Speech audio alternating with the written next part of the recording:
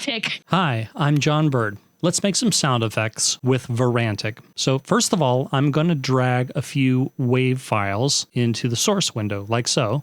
So here are 3 science fiction gun sounds. I'm going to let you listen to each one. Here's the first. And the second. And here's the third. Now, when I drag those sound effects in, Varantic created a probabilistic model based on those audio inputs. So to run the model, I press the play button here.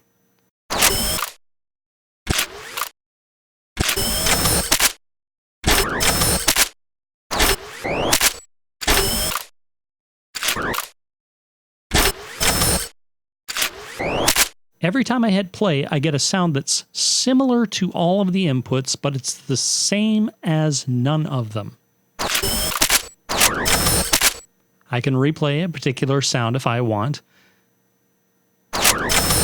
And if I particularly like that sound, I can immediately save it to a WAV file. So with Varantic, you can create high-quality variations of your existing sound effects just as quickly as you can listen to them.